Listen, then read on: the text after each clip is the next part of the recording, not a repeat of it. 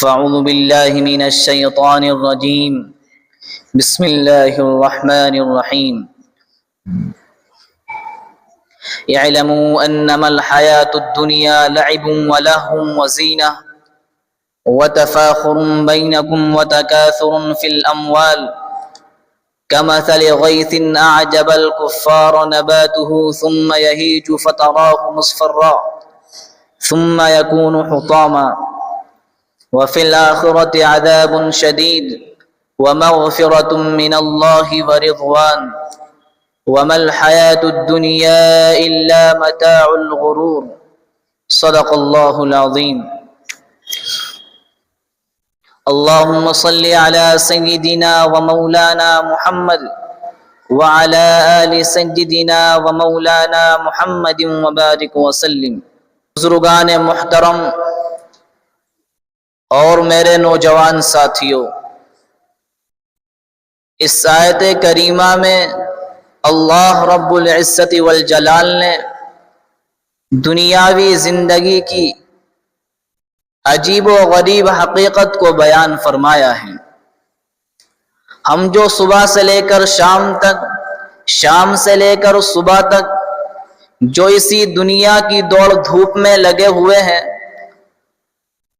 اسی سوچ میں ہمارا وقت صرف ہو رہا ہے کہ میں کس طریقے سے دنیا حاصل کر لوں، کس طریقے سے زیادہ پیسہ حاصل کر لوں، کس طرح میری شہرت ہو جائے۔ اس آیت کریمہ میں اللہ رب العزت والجلال نے دنیا کی حقیقت کو بیان فرمایا ہے۔ چنانچہ ارشاد ربانی ہے، اعلموا انما الحیاة الدنیا لعب ولہو وزینہ وتفاخر بینکم وتکاثر فی الاموال كمثل غیث اعجب الکفار نباته ثم یہیج فتراه مصفرا۔ دنیا کی زندگی کھیل کود کا سامان ہے، یہ دنیاوی زندگی زیب و زینت اور سجاوٹ کا سامان ہے، یہ دنیاوی زندگی ایک دوسرے پر فخر کرنا اور اموال میں، اولاد میں اور اس کے اندر اضافے کے لیے کوشش کرنا ہے۔ بس ہماری دنیاوی زندگی کا خلاصہ یہی ہے۔ اللہ رب العزت والجلال نے قرآن مقدس کی اس آیت میں اس بات کی طرف اشارہ کیا ہے کہ اگر تم اپنی دنیاوی زندگی کا جائزہ لے کر کے دیکھو تو تمہارے سامنے یہ حقیقت واضح ہو جائے گی کہ انسان دنیاوی زندگی کے مختلف ادوار سے، مختلف زمانوں سے گزرتا ہے۔ کسی زمانے میں کسی ایک چیز سے دل لگاتا ہے، اس پر فریفتہ ہوتا ہے، اس کے مل جانے پر خوشی کا اظہار کرتا ہے، اس کے چھوٹ جانے پر کفِ دست ملتا ہے اور اس کو اپنی جان سے زیادہ عزیز رکھتا ہے۔ لیکن جب دوسرا دور شروع ہوتا ہے تو اس وقت وہی چیز جو اسے اپنی جان سے زیادہ عزیز تھی اسی سے نفرت کرنے لگتا ہے، وہ چیز اس کے دل سے اتر جاتی ہے۔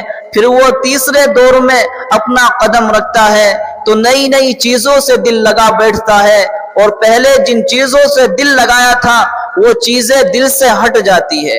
اللہ رب العزت والجلال نے اس آیت شریفہ کے اندر انسانی زندگی کے سارے مراحل کا نقشہ کھینچا ہے کہ جب انسان دنیا کے اندر آتا ہے اور وہ بچہ ہوتا ہے، اس وقت اس کے شوق، اس کے جذبات، اس کے ارمان سارے کے سارے کھیل سے وابستہ ہوتے ہیں، اور کھیل بھی دو طرح کے ہوتے ہیں۔ ایک وہ کھیل ہوتا ہے جو با مقصد ہوتا ہے، جس کے اندر ہار اور جیت ہوتی ہے، جس کے اندر ہار اور جیت کا پہلو ہوتا ہے۔ ایک ہارتا ہے تو دوسرا جیتتا ہے۔ دوسرا کھیل وہ ہوتا ہے جو بے مقصد ہے، جس میں ہار اور جیت کا کوئی پہلو نہیں ہوتا۔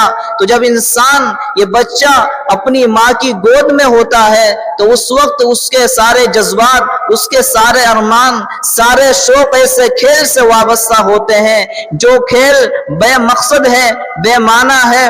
اس کے اندر نہ تو جیت کا کوئی پہلو نکلتا ہے، نہ ہار کا کوئی پہلو ہے۔ مثال کے طور پر اگر آپ دودھ پیتے ہوئے بچے کے ہاتھ میں جھنجھنا دے دے تو اس جھنجھنے سے کھیلنے لگتا ہے, اس سے خوش ہوتا ہے, اسی کو اپنی ساری کائنات سمجھتا ہے. اگر اس کے ہاتھ سے وہ جھنجھنا چھین لیا جائے تو وہ بچہ رونا شروع کر دیتا ہے, اس لیے کہ وہ سب کچھ اسی کو اپنی کائنات سمجھتا ہے, اس کے سارے جذبات جھنجھنے سے وابستہ ہوتے ہیں. لیکن وہ بچہ جب تھوڑا تھوڑا بڑا ہوتا چلا جاتا ہے, اس کے اندر تھوڑی سوجھ بوجھ آنی شروع ہو جاتی ہے, تو وہی جھنجھنا جس کی وجہ سے وہ رونے اور چلانے لگتا تھا وہی بے حقیقت معلوم ہونے لگتا ہے. اور اگر کوئی شخص بازار سے اس کے لیے وہ جھنجھنا خرید کر لائے تو کہتا ہے کہ کیا تم نے مجھے دودھ پیتا ہوا بچہ سمجھ رکھا ہے کہ میرے لیے جھنجھنا خرید کر لائے ہیں. اس وقت اس کی طبیعت ایسے کھیل کی طرف وابستہ ہوتی ہے, ایسے کھیل کی طرف راغب ہوتی ہے جو کھیل با مقصد ہوتے ہیں, جن کھیلوں کے اندر ہار و جیت کا پہلو ہوتا ہے وہ تمام اوقات انہی کھیلوں کے اندر صرف کرتا ہے. اگر کوئی شخص اس کو روکے, اس کو ڈانٹے تو اسے اس پر غصہ آ جاتا ہے, وہ ناراض ہو جاتا ہے. اس کے بعد جب وہ بچہ جوانی کی دہلیز پر قدم رکھتا ہے تو وہ کھیل جو اسے بچپن میں بڑے مرغوب تھے, وہ گلی ڈنڈے کھیلتا تھا, وہ گیند بلے کھیلتا تھا, اب جوانی کے اندر ان کھیلوں سے نفرت ہو جاتی ہے. اگر کوئی بچہ اس سے کہنے لگے کہ ذرا میرے ساتھ میں گلی ڈنڈا کھیلو تو وہ غصے میں ہو جاتا ہے اور کہتا ہے کہ تو نے مجھے اپنے جیسا چھوٹا بچہ سمجھ رکھا ہے کہ میں تیرے ساتھ میں گلی ڈنڈے کھیلوں. اب جوانی کا دور شروع ہو چکا ہے, کھیل سے نفرت ہو گئی, اب اس کی دلچسپی زیب و زینت کے ساتھ لگ چکی ہے. وہ زیب و زینت کو اختیار کرتا ہے کہ اعلیٰ سے اعلیٰ کپڑا ہو, بہترین لباس ہو, جوتے اچھے کوالٹی کے ہو, بال میرے بہترین ہو تاکہ لوگ مجھے دیکھ کر کے خوش ہو جائے. جوانی کے اندر ان تمام چیزوں کے جذبات اور شوق پیدا ہوتے ہیں, لیکن جوانی سے پہلے بچپن کے اندر اسے ان چیزوں کی کوئی پرواہ نہیں ہوتی. اس کی ریٹ ہونٹ پر لٹکی ہوتی ہے لیکن وہ اس کی پرواہ نہیں کرتا. ہاتھ پاؤں میلے کچیلے ہوتے ہیں, کوئی فکر نہیں کرتا. کپڑوں سے بدبو آتی رہتی ہے, کبھی احساس نہیں ہوتا کہ کپڑوں کو اندر صفائی ستھرائی پیدا کر لی جائے. ماں ذرا سا اس کو ڈانٹتی ہے, اسے کپڑے صاف ستھرے کرنے کے لیے بلاتی ہے تو وہ دور بھاگنے لگتا ہے. لیکن جب جوانی کے دہلیز پر قدم رکھتا ہے تو زیب و زینت اختیار کرتا ہے. اگر کھیلتا بھی ہے تو اسے اپنے کپڑوں کی فکر ہوتی ہے, کہیں میرے کپڑے پر دھبا نہ لگ جائے, میرے کپڑوں کی استری خراب نہ ہو جائے, میرے کپڑوں پر سلوٹیں نہ آ جائے. وہ کھیل کے دوران بھی یہ سب کچھ اس کے فکر لگی رہتی ہے. جب جوانی گزر کر کے ادھیڑ پن میں داخل ہوتی ہے تو اس وقت یہ زیب و زینت ختم ہو جاتی ہے, زیب و زینت سے دلچسپی ختم ہو جاتی ہے. اب اسے یہ فکر لائق ہوتی ہے کہ میں کس طریقے سے مال جمع کر لوں, میرے پاس میری اولاد کے اندر کثرت ہو جائے. ایک زمانہ تھا کہ جس زمانے کے اندر اولاد کی کثرت پر بڑا فخر کیا جاتا تھا, لیکن آج کا ماحول تو ایسا ہے کہ اب تو مسلمان قوم کو یہ نعرہ دیا گیا کہ بچے دو ہی اچھے. اس نعرے کا اثر ہماری مسلم قوم پر ایسا پڑا کہ وہ بچے دو ہی اچھے کہنے لگے ہیں اور اسی پر عمل کرنے لگے ہیں, جبکہ جناب رسول اللہ صلی اللہ علیہ وسلم کا فرمان ہے, آپ علیہ الصلوۃ والتسلیم نے ارشاد فرمایا کہ تم ایسی عورتوں سے شادی کرو جو بہت زیادہ محبت کرنے والی ہو, بہت زیادہ بچے جننے والی ہو. یہ ایک الگ مستقل مضمون ہے, مستقل ٹاپک ہے, انشاءاللہ کسی موقع پر اس پر بات کی جائے گی. تو میں عرض کر رہا تھا کہ اس وقت اولاد کی کثرت پر فخر نہیں ہوتا, فخر بلکہ اس چیز پر ہوتا ہے کہ میرا بیٹا امریکہ کے اندر تعلیم حاصل کر رہا ہے, لندن کے اندر پڑھ رہا ہے, میرا بیٹا انگلش میڈیم اسکول کے اندر تعلیم حاصل کر رہا ہے, میرا بیٹا ملازم ہے, سرکاری نوکر ہے, مہینے کے 50 اور 1.25 لاکھ روپے کماتا ہے. آج اس چیز پر فخر ہوتا ہے. بہرحال میں یہ عرض کر رہا تھا کہ جب انسان جوانی سے نیچے اتر کر کے ادھیڑ عمر میں داخل ہوتا ہے تو اس وقت وہ تمام دلچسپی مال کو جمع کرنے میں ہوتی ہے, اولاد کی کثرت میں ہوتی ہے. لیکن جب یہ ادھیڑ پن بھی بڑھاپے کے اندر داخل ہوتا ہے تو اس وقت یہ تمام چیزیں بھی ختم ہو جاتی ہے, زیب و زینت بھی ختم ہو جاتی ہے. بچے بڑے ہو جاتے ہیں, کوئی بچہ سر پر چڑھ رہا ہے, کوئی پاؤں میں لٹک رہا ہے, کوئی ادھر سے دامن کھینچ رہا ہے, کوئی گود کے اندر پیشاب کر رہا ہے. اب زیب و زینت کی کوئی فکر نہیں, زیب و زینت کی کوئی پرواہ نہیں. اب تو یہ سوچ ہے کہ میں کسی عہدے پر فائز ہو جاؤں, مجھے شہرت مل جائے, میں کسی منصب پر فائز ہو جاؤں. ابھی میں گاؤں کا پردھان ہوں, ابھی میں کسی محلے کا پارشد ہوں, کسی طریقے سے ودھائک بن جاؤں, ودھائک ہوں تو کسی طریقے سے ممبر آف پارلیمنٹ بن جاؤں. اب عہدوں کی خواہش اسے اپنی طرف کھینچتی ہے. آپ نے یہ دیکھا کہ انسان ایک مرحلے سے گزر کر کے دوسرے مرحلے کے اندر داخل ہوتا ہے تو اسے پچھلے مرحلے کی چیزیں بے حقیقت معلوم ہوتی ہے. وہ بچپن کے کھیل جنہیں وہ بچپن کے اندر بڑا مرغوب سمجھتا تھا, جوانی کے اندر ان سے نفرت ہو جاتی ہے. جوانی کے اندر جس زیب و زینت کو اختیار کرتا تھا, بڑھاپے کے اندر اس سے نفرت ہو جاتی ہے. بلکہ اگر کسی نوجوان کو دیکھے کہ تو زیب و زینت اختیار کر رہا ہے تو کہتا ہے کہ تو اپنا وقت ضائع کر رہا ہے, حالانکہ اس سے پہلے وہ خود جوانی کے اندر مست تھا, جوانی کی غفلت کے اندر تھا. لیکن اس وقت اسے بڑھاپے کی حالت میں زیب و زینت بری معلوم ہو رہی ہے. تو انسان جب ایک دور سے گزر کر کے دوسرے دور کے اندر داخل ہوتا ہے تو پچھلے دور کی جو چیزیں ہوتی ہے ان سے بیزار ہو جاتا ہے. تو اللہ سبحانہ و تعالی اس آیت کریمہ میں ہمیں یہ سبق دینا چاہ رہے ہیں کہ انسان تم یہاں پر آ کر کے رک گئے,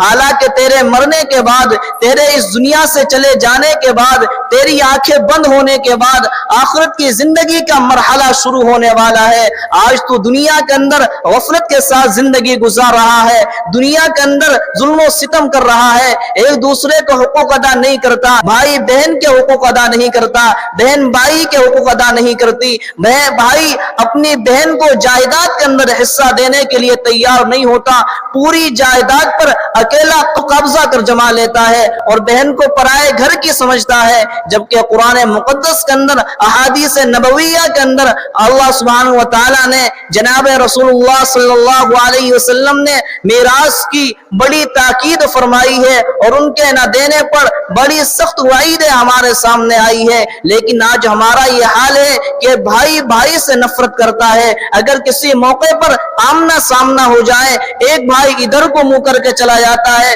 دوسرا ادھر کو منہ کر کے چلا جاتا ہے, کسی سے محبت کی کوئی مثال قائم نہیں ہوتی. ادھر سے ادھر ہم دنیا کے لالچ میں آ کر کے اپنے رشتہ داروں کے حقوق کو بھی بھول جاتے ہیں. یہ سب کچھ اس لیے ہو رہا ہے کہ ہمارے دلوں سے اللہ کا خوف نکل چکا ہے, ہمارے دلوں کے اندر دنیا کی محبت بیٹھ چکی ہے, اور یہ اس وجہ سے بھی ہے کہ ہمارے دلوں پر غفلت کا پردہ پڑا ہوا ہے. لیکن جب کل قیامت کے دن اللہ کا دربار سجا ہوگا, میدان محشر میں انسانیت ساری کی ساری جمع ہوگی, اس وقت جج بھی اللہ ہوں گے, کوئی کسی کا وکیل نہیں ہوگا, ہر شخص اپنا مقدمہ خود لڑے گا. اس وقت کوئی سفارشی نہ ہوگا, اس وقت کوئی خرید و فروخت نہ ہوگی, اس وقت ہر شخص اپنے گناہوں کے بوجھ تلے دبا ہوا ہوگا. وَلَا تَزْرُ وَازِرَةٌ وِزْرَ أُخْرَىٰ, کوئی کسی کا بوجھ اٹھانے والا نہیں. يَوْمَ يَفِرُّ الْمَرْءُ مِنْ أَخِيهِ وَأُمِّهِ وَأَبِيهِ وَصَاحِبَتِهِ وَبَنِيهِ, بھائی بھائی سے دور ہوگا,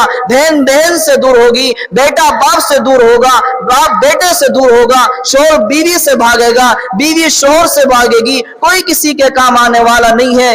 جب انسان آخرت کے اندر داخل ہوگا, میدان محشر سجا ہوا ہوگا, اس وقت اس دنیا کا بے حقیقت ہونا انسان کو سمجھ میں آ جائے گا کہ میں نے دنیا کے اندر غفلت کے ساتھ زندگی گزاری, ایک دوسرے کے حقوق ادا نہ کیا. اس طریقے سے جب میدان محشر قائم ہوگا, جس طریقے سے ایک جھنجھنا ایک بچے کو بڑا عزیز ہوتا ہے, لیکن چند مرحلے کے بعد میں, کچھ وقت گزرنے کے بعد وہی جھنجھنا اسے قابل نفرت محسوس ہوتا ہے, اس کے دل کے اندر حقارت پیدا ہو جاتی ہے. اسی طریقے سے ہم دنیا کے اندر ہے, دنیا کے اندر مست ہے, ہم نے سب کو دنیا کو سمجھ رکھا ہے کہ یہی اوڑھنا ہے, یہی بچھونا ہے. لیکن جب کل قیامت کا دن ہوگا, اللہ کا دربار سجا ہوا ہوگا, تو اس وقت ہمیں دنیا کا بے حقیقت ہونا ہمارے سامنے آشکارا ہو جائے گا. اب اللہ سبحانہ و تعالیٰ نے اس آیت کریمہ میں انسانی زندگی کے مراحل کو بیان کر کے دنیاوی زندگی کی مثال دی ہے. کمثل غیث اعجب الکفار نباتہ ثم یہیج فتراه مصفرا ثم یکون حطاما. یہ دنیاوی زندگی کی مثال ایسی ہے کہ اللہ سبحانہ و تعالی آسمان سے بارش برسائے، اس بارش کے نتیجے میں بنجر زمین، مردہ زمین اور خشک پڑی ہوئی زمین پر سبزیاں لہلہانے لگے اور اس کے اندر سبزہ اگنے لگے۔ وہ سبزہ کسانوں کو بڑا محبوب لگتا ہے، بڑا پسندیدہ ہوتا ہے، کسان بڑا خوش ہوتا ہے، لیکن جیسے جیسے وقت گزرتا جاتا ہے وہ سبزہ زردی کی طرف مائل ہونے لگتا ہے اور دھیرے دھیرے آخر میں وہ بھوسا بن جاتا ہے۔ یہی انسان کی زندگی کی حقیقت ہے۔ انسان کو کھیل بھی اچھا لگتا ہے، زیب و زینت بھی اچھی لگتی ہے، مال و دولت کو جمع کرنا بھی اچھا لگتا ہے، لیکن جب کل قیامت کے دن اللہ کے سامنے حاضر ہوگا اس وقت اس دنیا کا بے حقیقت ہونا معلوم ہو جائے گا، اس وقت دنیا کا بے حقیقت ہونا معلوم ہو جائے گا۔ حضرت مولانا رومی رحمہ اللہ نے اپنی مثنوی کے اندر انہی باتوں کو بڑی تفصیل کے ساتھ بیان کیا ہے۔ حضرت نے فرمایا کہ جب بچہ ماں کے پیٹ کے اندر ہوتا ہے اور 4 مہینے کے بعد اس کے اندر روح پھونک دی جاتی ہے، اور اس کا مطلب یہ ہے کہ بچے کے پاس اپنا وجود ہے، اس کے پاس کان بھی ہے، اس کے پاس دل بھی ہے، اس کو سننے اور سمجھنے کے لیے دماغ، ساری چیزیں موجود ہوتی ہے، اور وہ بچہ اپنی پوری کائنات اپنے ماں کے پیٹ کو سمجھتا ہے کہ یہی میری پوری کائنات ہے، یہی میری پوری دنیا ہے۔ لیکن اگر اس بچے سے کہا جائے کہ بیٹا جب تم ماں کے پیٹ سے باہر آؤ گے تو یہ دنیا تمہیں سامنے نظر آئے گی، تم اس وقت ماں کے پیٹ کے اندر ہو، یہ بڑی ناپاک اور گندی چیز ہے۔ جب اس دنیا سے ماں کے پیٹ سے باہر نکلو گے اس وقت تمہیں دنیا کا احساس ہوگا کہ یہ دنیا جس میں تم آنے والے ہو، جس دنیا کے اندر تم منتقل ہونے والے ہو، تمہیں معلوم ہو جائے گا کہ دنیا اربوں خربوں لاکھوں گنا بڑی ہے، جو دنیا 24,800 مربع میل پر پھیلی ہوئی ہے۔ جب یہ باتیں اس بچے سے کہی جائیں گی تو بچہ سمجھ نہیں سکتا، اس لیے کہ اس نے مشاہدہ نہیں کیا۔ اسی طریقے سے بچے سے کہا جائے کہ جس خون کو تم ماں کے پیٹ کے اندر پی رہے ہو وہ خون بڑا ناپاک اور گندا ہے، جب تم دنیا کے اندر آؤ گے خود اس خون سے آئے گی، تم خود اس خون سے نفرت کرنے لگو گے۔ لیکن وہ بچہ کہے گا کہ اس خون سے میری پرورش ہو رہی ہے، یہ خون مجھے بڑا لذیذ ہے، اگر میں اس خون کو نہ پیوں تو میں مر جاؤں، ایک دن بھی زندہ نہ رہوں۔ حضرت مفتی شفیع صاحب نور اللہ مرقدہ وہ فرماتے ہیں کہ جب بچہ 9 مہینے کے بعد اس دنیا میں آتا ہے تو اپنے وطن چھوڑنے کے صدمے میں روتا ہوا آتا ہے، اسے یوں محسوس ہوتا ہے کہ میری دنیا لٹ چکی ہے، میں پتہ نہیں کہاں جا رہا ہوں۔ لیکن جب اس دنیا کے اندر آ کر کے آنکھیں کھولتا ہے تو اسے دنیا کی وسعت نظر آتی ہے، اسے دنیا کا آب و ہوا بڑا محبوب لگتا ہے، اس کا پانی بڑا شیرینی لگتا ہے، دودھ بڑا اچھا لگتا ہے، تو وہ سمجھتا ہے کہ ماں کے پیٹ میں جو کہنے والے نے جو بات کہی تھی وہ بالکل صحیح ہے۔ جب وہ بچہ پیدا ہونے کے بعد ایک کمرے کے اندر مقیم ہوتا ہے، اب وہ اسی کمرے کو سب کچھ سمجھتا ہے، یہی میری دنیا ہے۔ لیکن اس وقت اس بچے سے کہا جائے کہ بیٹا یہ دنیا تیری آخری نہیں ہے، بلکہ جب تو اس کمرے سے باہر جائے گا تجھے گھر نظر آئے گا، گھر سے باہر جائے گا گاؤں نظر آئے گا، گاؤں سے باہر جائے گا شہر اور قصبہ نظر آئے گا، شہر سے آگے جائے گا ضلع نظر آئے گا، ضلع سے آگے جائے گا صوبہ نظر آئے گا، صوبے سے آگے جائے گا ملک نظر آئے گا، اور ملک در ملک گھومے گا، تجھے پوری دنیا کا پتہ چل جائے گا کہ دنیا کتنی وسعت والی ہے، دنیا کتنی زیادہ وسیع ہے۔ لیکن یہ باتیں اس وقت بچے کو سمجھ میں آنے والی نہیں ہے، لیکن جب بچہ جوں بڑھے گا اس کمرے سے باہر آئے گا، کمرے سے باہر آ کر کے گھر کی وسعت کا اندازہ کر لے گا کہ کہنے والے نے صحیح کہا تھا کہ اس کمرے کی کوئی حقیقت نہیں ہے، قصبے کے اندر گھومے گا، شہر اور سے ملکوں کے اندر گھومے گا تو اسے دنیا کی وسعت کا اندازہ ہو جائے گا۔ اسی طریقے سے انسان جب کسی ایک گھر کے اندر اور کسی گاؤں کے اندر رہتا ہے تو اسے اس گاؤں میں رہنے کی وجہ سے شہر کا اندازہ نہیں ہوتا، ضلعوں کا اندازہ نہیں ہوتا، وہ تو یہی سب کچھ سمجھ رہا ہوتا ہے کہ یہی میرا گاؤں سب کچھ ہے، میری کائنات سب کچھ ہے۔ لیکن جب وہ اس گاؤں سے باہر نکلے گا تو اسے احساس ہوگا کہ گاؤں سے باہر بھی کوئی دنیا بسی ہوئی ہے۔ یہی حال ہمارا ہے کہ اللہ سبحانہ و تعالیٰ نے ہمیں دنیا کے اندر بھیجا، ہم نے دنیا کو سب کچھ سمجھ لیا، لیا کہ یہی ہماری آخری دنیا ہے, یہی ہمارا آخری مرحلہ ہے, اس سے آگے جانے والے نہیں ہیں. جبکہ اللہ سبحانہ و تعالیٰ کے پیغمبر اس دنیا کے اندر آتے رہے اور ہم کو بتاتے رہے کہ دنیا آخری کائنات نہیں ہے, یہ آخری مرحلہ نہیں ہے, بلکہ اس سے آگے اور کائنات پھیلی ہوئی ہے. وجنت الارض والسماوات والارض, اللہ سبحانہ و تعالیٰ ایک مومن کو جنت عطا فرمائیں گے جس کی وسعت, جس کی چوڑائی زمین و آسمان کی مسافت کے برابر ہے. آپ علیہ الصلوۃ والتسلیم نے ارشاد فرمایا کہ سب سے ادنا جنتی کو اللہ سبحانہ و تعالیٰ دنیا سے 10 بڑی جنت عطا فرمائیں گے, تو وہ شخص, وہ بندہ کہے گا کہ اللہ آپ رب العالمین ہیں, مجھ سے مذاق کر رہے ہیں. اللہ فرمائیں گے نہیں نہیں, میں مذاق نہیں کرتا, یہ تجھے جو جنت دی جائے گی وہ دنیا سے 10 گنا بڑی جنت دی جائے گی. لیکن اس وقت چونکہ مشاہدے میں نہیں ہے وہ یقین نہیں کرے گا, لیکن جب اللہ سبحانہ و تعالیٰ کی طرف سے اسے جنت مل جائے گی اسے یقین ہو جائے گا. آج ہمارے یہاں چونکہ ماڈرن تعلیم کا زمانہ ہے اور اسی طریقے سے سائنس کا زمانہ ہے, جب یہ باتیں ہمارے سامنے کہی جاتی ہے, ہمارے سامنے پیش کی جاتی ہے, ہمیں ان پر یقین نہیں آتا. ہم یہ کہتے ہیں کہ یہ باتیں ہماری سمجھ میں آنے والی نہیں ہے. یہ اسی طریقے سے ہے جس طریقے سے ماں کے پیٹ میں ایک بچے سے کہا جائے کہ یہ ماں کا پیٹ بڑا تنگ ہے, تمہیں جب اس پیٹ سے باہر آؤں گے تمہیں بہت بڑی دنیا نظر آئے گی, بہت وسعت والی دنیا نظر آئے گی, تو یہ باتیں اس بچے کو سمجھ میں آنے والی نہیں ہے. لیکن اللہ سبحانہ و تعالیٰ کے رسول علیہ الصلوۃ والسلام نے آخرت کے جو احوال بیان فرمائے, خود مشاہدہ کر کے بیان فرمائے, دیکھ کر کے بیان فرمائے. شب معراج میں اللہ کے رسول علیہ الصلوۃ والسلام نے اللہ کا دیدار بھی کیا ہے, جنت و دوزخ کے مناظر بھی دیکھے ہیں. یہ تمام باتیں آپ علیہ الصلوۃ والسلام نے دیکھ کر کے ہمیں بیان فرمائی ہے. بہرحال میں یہ عرض کر رہا تھا کہ انسان جب ایک مرحلے سے دوسرے مرحلے کے اندر داخل ہوتا ہے تو پچھلے مرحلے کی جو چیزیں ہوتی ہیں وہ چیزیں اسے حقارت کی نگاہ سے وہ دیکھتا ہے. وَمَا الْحَيَاةُ الدُّنْيَا إِلَّا مَتَاعُ الْغُرُورِ, یہ دنیاوی زندگی دھوکے کا سامان ہے. بچپن کے اندر دھوکا کھایا, جوانی کے اندر دھوکا کھایا, بڑھاپے کے اندر دھوکا کھایا. اگر اب بھی انبیاء کی بات کو نہ مانا, اب بھی آخرت پر ایمان نہ لائے, اب بھی اللہ سبحانہ و تعالیٰ کی مرضیات پر نہ چلے تو آخرت کے اندر بھی دھوکا کھائیں گے. آپ نے بچپن میں گیلی کھیلی ہوگی, یا اسی طریقے سے جو انٹے ہوتے ہیں یا گولیاں ہوتی ہیں وہ کھیلی ہیں, اور جس وقت اس کو جیتتے تھے بڑی خوشی ہوتی تھی کہ ایسا لگتا تھا کہ پوری کائنات مل گئی. لیکن اگر وہ جیت جاتی تھی, اس کو ہار جاتے تھے تو بڑا رنج اور بڑی تکلیف ہوتی تھی. ایسا لگتا تھا کہ جیسا ہماری کائنات ختم ہو چکی ہے, کائنات ہمارے ہاتھ سے نکل چکی ہے.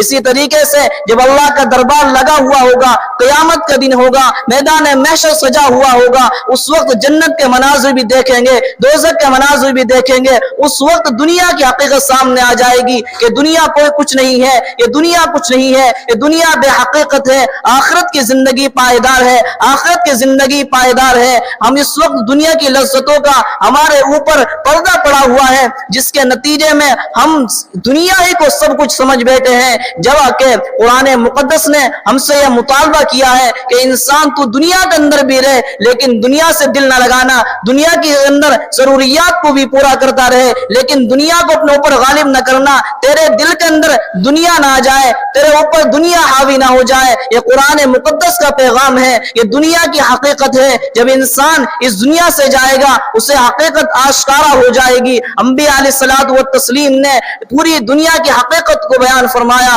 پھر علماء نے بیان فرمایا. آپ علیہ الصلوۃ والتسلیم نے ارشاد فرمایا الدنیا سجن المومن وجنت الکافر, یہ دنیا مومن کے لیے قید خانہ ہے, جیل ہے, جو کافر کے لیے جنت ہے. جنت ہونے کا مطلب یہ ہے کہ کافر کی آخری جو منزل ہے وہ دنیا ہے, اس کی تمام خواہشات دنیا کے اندر ہی پوری ہو جاتی ہے اور اس کا مقصد اصلی نئی دنیا ہوتا ہے. اسی طریقے سے مسلمان کے لیے یہ دنیا قید خانہ ہے. اس کا مطلب یہ ہے کہ اس کے اندر انسان جو رہنے کے لیے آیا ہے, مسلمان جو رہ رہا ہے, یہ عارضی طور پر رہ رہا ہے. یہ دنیا عارضی رہائش گاہ ہے, یہاں سے پھر آخرت کا سفر شروع ہونے والا ہے. یہ دنیا چھوٹنے والی ہے. آپ نے دیکھا ہوگا کہ دنیا کے اندر جو جیل ہوتی ہے, قید خانے ہوتے ہیں, ان کے اندر تکلیف کا ہونا ضروری نہیں ہے, بلکہ ایسے ایک کلاس بھی جیل خانے کے اندر ہوتی ہے جو VIP لوگوں کے لیے بنائی جاتی ہے. وہاں عمدہ سے عمدہ بستر بھی ہوتے ہیں اور اپنی مرضی کا کھانا بھی پکتا ہے,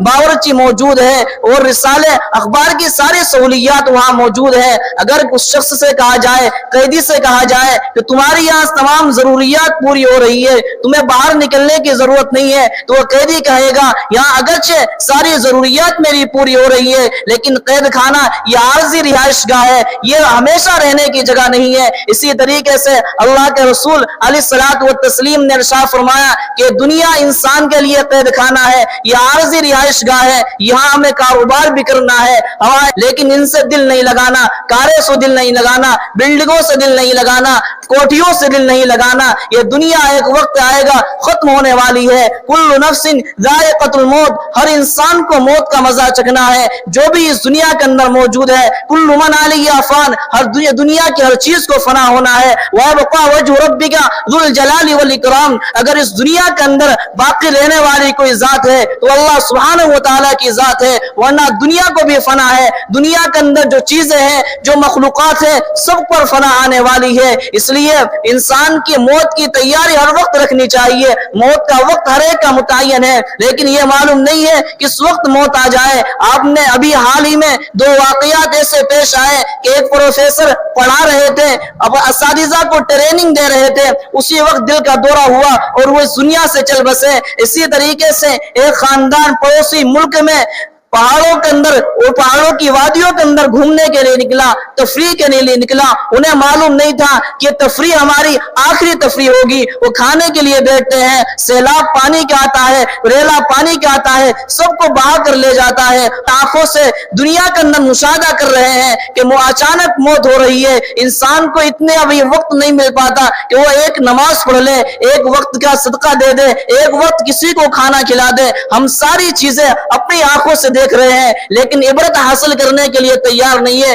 یہ ہماری غفلت ہے, ہمیں اپنی غفلت کو اٹھانا ہوگا, دل سے غفلت کا پردہ ہٹانا ہوگا. اسی وقت یہ دنیا کی محبت ہمارے دل سے نکلے گی. دنیا کی محبت انسان کے دل کے اندر ہوگی تو اللہ سبحانہ و تعالیٰ کی مرضیات پر چل نہیں سکتا. دنیا کی محبت دل سے نکالنی پڑے گی. ہمیں دنیا کے اندر اپنی ضروریات کو بھی پورا کرنا ہے, دنیا کے اندر کاروبار بھی کرنا ہے, بچوں کو تعلیم بھی دینی ہے, ان کی پرورش بھی کرنا ہے. لیکن ان تمام چیزوں کی وجہ سے ہمارا تعلیم نہ چھٹے, ہمارا اسلام اپنے ہاتھوں سے نہ چھٹے, ہماری نمازیں نہ چھٹے, ہمارے کاروبار کے اندر دیانت داری ہو, امانت داری ہو, ہمارے کاروباروں کے اندر دھوکہ دھڑی نہ ہو, جھوٹ نہ ہو, فریب نہ ہو. ہمیں دنیا کے اندر سارے کام کرنے ہیں لیکن اللہ سبحانہ و تعالیٰ کی مرضیات پر چل کر کے کرنے ہیں. اللہ سبحانہ و تعالیٰ ہم سب کو ان باتوں پر عمل پیرا ہونے کی توفیق عطا فرمائے.